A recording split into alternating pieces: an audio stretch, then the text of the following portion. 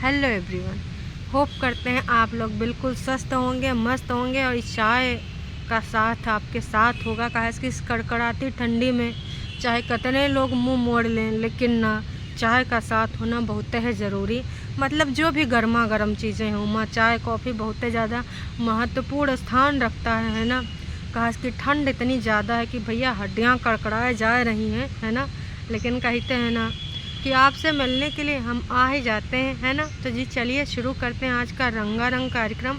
लेकिन आज कल ये रंगारंग कार्यक्रम नहीं, दूसर का कार्यक्रम है। इसमें कुछ चीज़ें सामने आ रही हैं। एक लड़की की दास्तान है, बहुत ज़्यादा परेशान है, बहुत ज़्यादा चीज़ों से घिरी हुई है। समस्याएं उसके लिए बढ़ी जा रही हैं, बढ़ती जा रही हैं। और अब तो लोग सवाल भी पूछने लगे हैं, लेकिन वो क्या जवाब दे, क्योंकि जवाब देगी तो लोग तमाम चीज़ें उठाएंगे, तमाम लोग मुद्दे बनाएंगे और जिसके साथ जो हो रहा है वही समझ पा रही कि उसके साथ चल का रहा है। बात कर रही हूँ मैं सपना की। राजवीर सपना, सूरज सपना, न जाने कितनी एपिसोड हमने इनके देखे हैं। और इनके जो डॉग से इनकी कहानियाँ शुरू हुई थी यूट्यूब पर, अलग ही एक जर्नी थी। तो वो जर्नी ख़त्म हो गई है और राजवीर सपना, सूरज सपना, वो सब बहुत पीछे छूट चुके हैं। अब जो है वो है सपना। और सपना बहुत बार टूटी है, कई बार ऐसी ऐसी चीज़ों से वो जूझ चुकी है जो कि नॉर्मल इंसान संभल पाने के लिए सोच भी नहीं सकता है। लेकिन जो अभी लेटेस्ट कंट्रोवर्सी चल रही, कंट्रोवर्सी का जी एक तरीके से उसका दुख है जो व्यक्त भी नहीं कर सकती है, क्योंकि बात आती है जब अपनों की, वो अपने जो अब मुँह फुलाए बैठे हैं। ऐसी क्या चीज़ हो गई है जो ना वो बात करते हैं, ना उसका हालचाल पूछते हैं। हॉस्पिटल तक जाने के लिए दूसरों का सहारा लेना पड़ता है। भला उस बच्ची का जो उनके साथ में रहती है। अगर वो छोटी सी लड़की वहाँ पर ना होती जो कि आज बड़ों का फ़र्ज़ निभा रही है, तो कहीं ना कहीं भाई ये लड़की ने हमेशा सपना को संभाला है। अंशु की बात कर रही हूँ मैं। हमेशा वो खड़ी रही है। इस एज में कौन कितना समझदार होता है, अभी तो उसकी खुद की खाने, खेलने, पढ़ने लिखने की उम्र है। लेकिन जिस मैच्योरिटी के साथ वो चीज़ें हैंडल कर रही है, बच्चियों को भी हैंडल कर रही है, वाकई में काबिले तारीफ़ है। तो मैं यही कहना चाहूँगी कि कल वो फिर से हॉस्पिटल गई थी।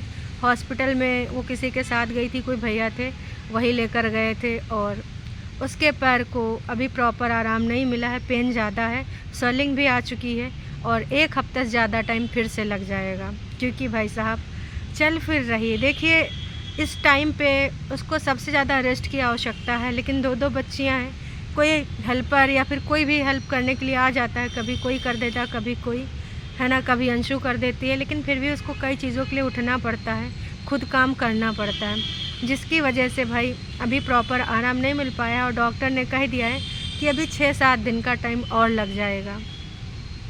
सोचो यार किस हाल में है बंदी, पुराने टाइम को भी याद कर रही है कि अगर इस टाइम राजवीर जी होते तो कैसा मेरा हेल्प करते, कैसे मुझे हाथों हाथ रखते। क्योंकि कल या परसों में उसने एक वीडियो दिखाया था प्रैंक वाला, कि उसने चोट का प्रैंक किया था, तो कितने ज़्यादा परेशान होकर तुरंत बाहर थे, तो अंदर आ गए थे। उस टाइम माता जी ऊपर आई थी। लेकिन इस टाइम जो उसके पास ना सूरज है ना राजवीर है, और इतने दुखों से वो यार जूझी है। नॉर्मल इंसान के बस की बात नहीं भाई, फिर से उठ के खड़े हो जाना और परिवार का ज़िम्मा ले लेना। इस घर की ना इकलौती, चाहे उसको लड़का मान लो, लड़की जो कमा रही है, घर चला रही है।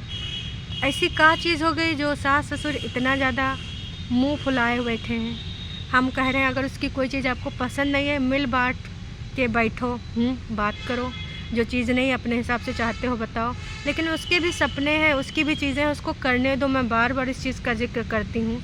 कल जब वो बता रही थी कि मुझे उम्मीद थी पर सही हो जाएगा, सारी चीज़ें सही हो जाएंगी, मैं फिर से सब कुछ संभाल लूँगी, मैं समझ पा रही थी, उसको कनेक्ट कर पा रही थी कि वो क्या बोल रही है, क्यों बोल रही है। क्योंकि उसको लग रहा था यार अब मैं दूसरों से कब तक हेल्प ले सकती हूँ, दूसरों से कब तक काम करवा सकती हूँ। मेरे बच्चे हैं यार, इनको मुझे टेक केयर करना है। अंशु भी स्कूल भी जाती है, इस समय तो हो सकता है विंटर वेकेशन हो, है ना। लेकिन इस समय वो जिन चीज़ों से जूझ रही है वो और कोई फील नहीं कर सकता है। भाई सीढ़ियों से वो नीचे उतरती है, नीचे कोई नहीं दिखता है। हालांकि मम्मी जी ऐसा तो है ना कि ऊपर कभी जाती नहीं थी, कई बार हमने देखा सीढ़ियाँ वो चढ़ पाती हैं, तो अगर कोई ये बहाना दे कि सीढ़ियाँ चढ़ के ऊपर नहीं जा सकती, तो हम ये बोल सकते हैं कि भाई नीचे सीढ़ियाँ उतर के अगल बगल कोई दिखा, गेट से बाहर गाड़ी में बैठी कोई दिखा। फिर वो आई हॉस्पिटल से, जब उसने सुना होगा कि अभी 7-8 दिन और लग जाएंगे, फिर से प्लास्टर लग गया, कोई हाल चाल लेने नहीं आया, कोई पूछने नहीं आया कि डॉक्टर ने क्या कहा, क्यों बताया। वही सीढ़ियाँ चढ़ के वो बंदी फिर से ऊपर गई, लेकिन कोई नज़र नहीं आया। तो मैं यही कहना चाहूँगी कि अंकल आंटी क्या कर रहे हो आप लोग? आपके दोनों बच्चे चले गए हैं, अभी आपका बच्चा यही है, यही आपकी दोनों पोतियों को संभाल रही, आप दोनों को संभाल रही, घर का जो खर्चा पानी वो भी संभाल रही ब्लॉगिंग के ज़रिए। कितनी जल्दी उसने अपने आप को स्ट्रॉन्ग बना लिया। लोग सालों नहीं निकल पाते इन चीज़ों से, क्योंकि ज़िम्मेदारी है। ज़िम्मेदारी में कौन कितने दिन गम मना सकता है? काम तो करना पड़ेगा ना, घर का रोज़ी रोटी, बच्चों का अच्छा फ्यूचर है।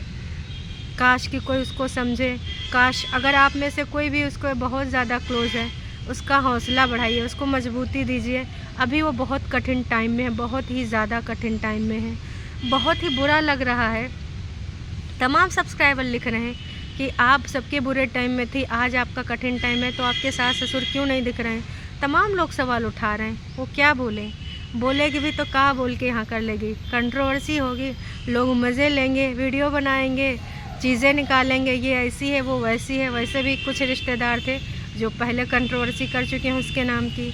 मैं ये कहना चाहूँगी, जो भी उसको पसंद नहीं करते, हम भगवान ना करे कभी कोई उसके जैसा जीवन पाए, उसके जैसा कष्ट उसको जीवन मिले। इतनी कम एज में उसने बहुत कुछ झेला है, अभी उसको स्ट्रांग होने दो। कृपया कर इसके ऐसे सवाल ना उठाओ जिसके जवाब वो सोशल मीडिया पे ना दे पाए। अगर उसको लगेगा वो खुद बता देगी, पर अपने मन से कहानियाँ ना ही बताओ कि इसने ऐसा किया होगा, वैसा किया होगा, कुछ और कहानी जड़ दी होगी, माँ बाप को पसंद नहीं आ रही होगी। तमाम लोग तमाम तरह की बातें कर रहे हैं।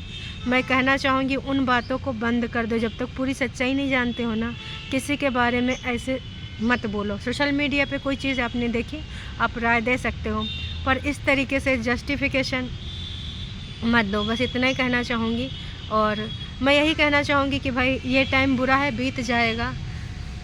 आज कठिन है, कल अच्छा टाइम भी आएगा, और कठिन टाइम भी हमें अच्छा टाइम की वैल्यू सिखाता है। उसकी रिस्पेक्ट करो जब अच्छा टाइम आता है। तो बस अभी के लिए इतना ही, फिर मिलेंगे नई अपडेट के साथ। सपना इस समय बहुत कठिन टाइम में जूझी पड़ी है, भगवान करे उसके साथ कुछ अच्छा हो, है ना।